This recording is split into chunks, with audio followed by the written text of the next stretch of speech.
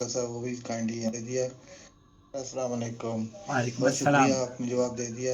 बहुत शुक्रिया। एक और मसला है छोटा सा, वो भी काइंडली हमें गाइड कर दें कि जी आजकल फरमाइए। सर्दियां हैं तो हम जुराबों में मसा करके नमाज पढ़ रहे हैं, लेकिन अब जुराबें इतनी छोटी आ रही हैं, जैसे एंकल लेस, एंकल से भी नीचे जुराबें हैं, तो क्या उन पे हम मसा कर सकते हैं या एंकल का ढका हुआ होना ज़रूरी है? काइंडली ज़रा ये बता दें, वो हमारी आसानी हो जाएगी। Thank you. अल्लाह इंशाअल्लाह नहमदुहु व नसल्ली अला रसूलिहिल करीम, अम्मा बाद। आप देख रहे हैं नू टीवी जद्दा और मैं हूं आपका दोस्त, आपका होस्ट मोहम्मद आकिल।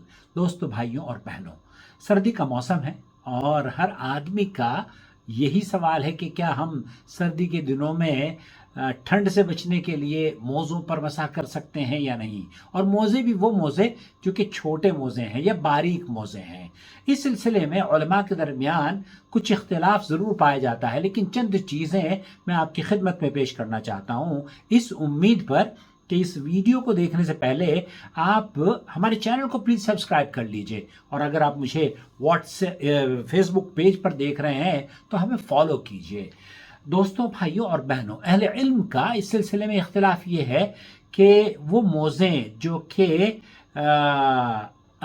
टखनों से नीचे हैं, उन टखनों से नीचे मोज़ों के ऊपर मसाह करना जायज़ नहीं है। ये कुछ अहले इल्म का मौक़िफ़ है, लेकिन इस सिलसिले में चंद बातें, एक तो ये शेख मोहम्मद बिन सालेह अल उसैमीन ने इस सिलसिले में क्या फरमाया वो मैं आपकी खिदमत में पेश करूँगा, और दूसरे ये कि जुर्राबों को असल में नबी करीम सल्लल्लाहु अलैहि वसल्लम से ये बात या सहाबा से ये बात साबित है कि आप अलैहिस्सलाम या सहाबा ने जुर्राबों पर मसाह किया है। जुर्राबों को जमहूर उलमाए कराम ने मौज़ों के साथ मुंसलिक किया है। जुर्राब असल में खलील फराहिदी के मुताबिक पाँव के लिफाफे को कहते हैं। मोज़े की शक्ल में कॉटन, सूत या किसी और चीज से बने हुए पाँव के लिफाफे को जुर्राब कहते हैं, और इस जुर्राब में वो मोज़े भी आ जाते हैं जो बारीक मोज़े हैं, और वो मोज़े भी आ जाते हैं जो कि एंकल तक होते हैं या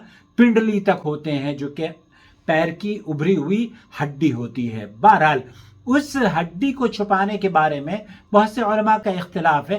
वो ये कहते हैं कि अगर आपने हड्डी को जो छुपाए हुए नहीं है मोज़े, उन पर मसा कर लिया तो उनका कहना यह है कि ये नमाज बातिल हो जाएगी। शेख मोहम्मद बिन सालेह अल उसैमीन से ये पूछा गया कि अहले इल्म का इस सिलसिले में क्या आपकी क्या राय है।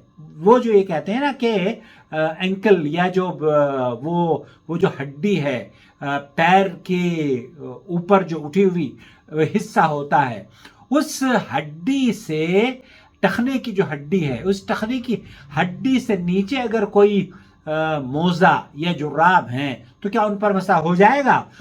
जमहूर उलमा का मौक़िफ़ ये है कि वो नमाज बातिल कर देगी, लेकिन शेख मोहम्मद बिन सालेह अल उसैमीन फरमा रहे हैं हज़ा शर्त लैसा बिस्सहीह। ये जो शर्त उलमा ने या फुक़हा ने लगाई है ये दुरुस्त मालूम नहीं देती। लिअन्नहु ला दलील अलैह, क्योंकि इस कैद की, इस पाबंदी की कि ये जो टखना है, इस टखने के नीचे अगर कोई लिफाफा या जुर्राब आपने पहनी हुई है तो उस पर मसा नहीं होगा, ये कैद ही दरअसल महल नजर है। ना नबी करीम सल्लल्लाहु अलैहि वसल्लम से इस तरह की कैद साबित है, और ना ही आप अलैहिस्सलाम के सहाबा से ये बात साबित है।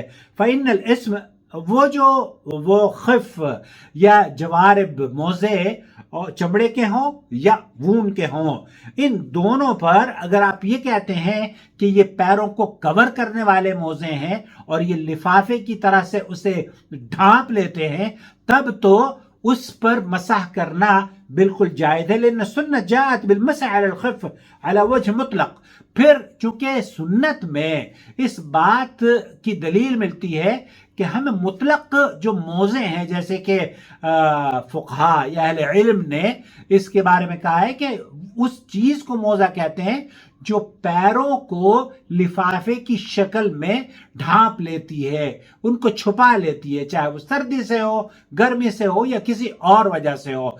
अलबत्ता जब छुपाने की बात की जा रही है تو وہاں موزے اگر پہن لیے ہیں اور اس کا ایک حصہ پیر کا، اسی طریقے سے شیخ محمد بن صالح العثیمین سے پوچھا گیا کہ بعض موزے ایسے ہوتے ہیں کہ جس میں سوراخ ہوتا ہے، ایسے سوراخ والے موزے میں کیا ہوتا ہے، پھٹ جاتے ہیں. تو شیخ نے فرمایا کہ وہ موزے پہنے ہوئے ہیں نا آپ نے، سنت میں یا احادیث میں یا سلف صالحین کے طریقے سے ہمیں یہ ملتا ہے کہ مقیم 24 گھنٹے موزوں پر مسح کر سکتا ہے اور مسافر 3 دن اور 3 رات موزوں پر مسح کر سکتا ہے.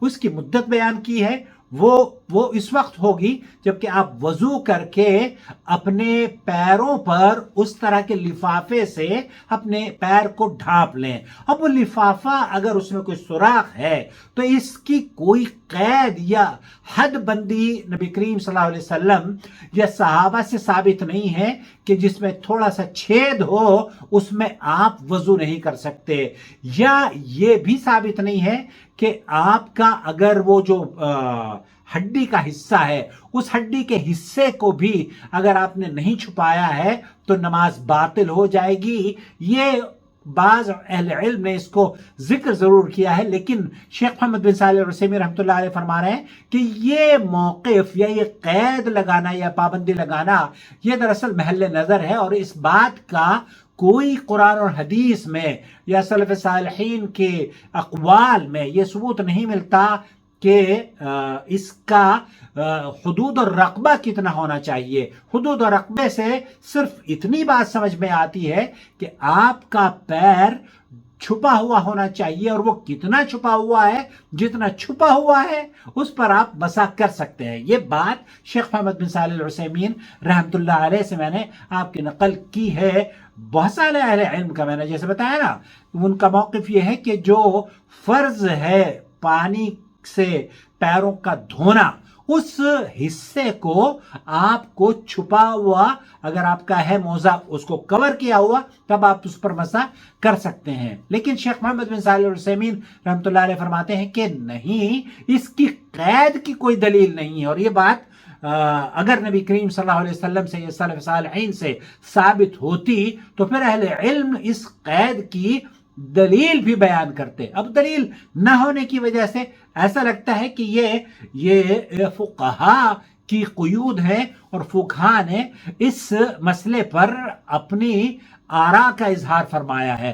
مجھے امید ہے وضاحت ہوگی آپ کو. ہمارے اس ویڈیو یا اس طرح کی گفتگو سے اختلاف کا حق حاصل ہے، لیکن ادب اور شائستگی سے آپ اپنی رائے کو ہمارے چینل پر کمنٹ کے ذریعے پیش کر سکتے ہیں، اور آپ اپنا سوال ہم سے کرنا چاہتے ہو تو میرا نمبر نوٹ فرما لیجئے 0096650468631 محمد عاقل، نور ٹی وی جدہ.